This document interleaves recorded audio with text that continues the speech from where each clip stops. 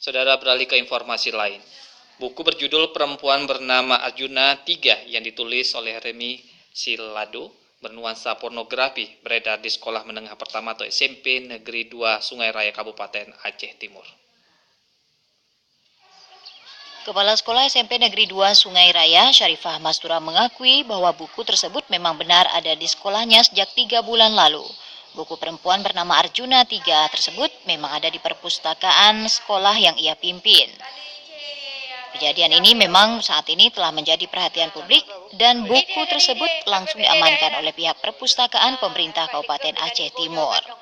Buku yang bernuansa porno saat dibaca oleh siswa ini tanpa sengaja dilihat langsung oleh pegawai perpustakaan. Ada yang bimbing, kebetulan ibu kepala perpustakaan pun orang sehat. Jadi boleh sama orang tuh. Datang kawannya, mau sambil jaga kawannya itu, pagi pas kawannya, ambil buku bacaan, minta izin sama ibu perpus. Diambil, pas dibuka kan, tawa dia. Terus karena sama-sama baring, apa tahu. Begitu dilihat, oh ini nggak boleh baca ini, kita diambil, langsung ditunjukkan ke saya. Salah seorang tokoh pemuda Perlak Yunan Nasution mengatakan pihaknya sangat kecewa atas tindakan pihak sekolah yang sempat beredarnya buku bergambar porno di SMP Negeri 2 Sungai Raya tersebut. Seminggu lalu kita dapatkan informasi bahwa ada buku bernuansa porno yang beredar di sekolah SMP di Aceh Timur. Dan setelah kita telusuri, kita mendapatkan buku ini di tangan siswa.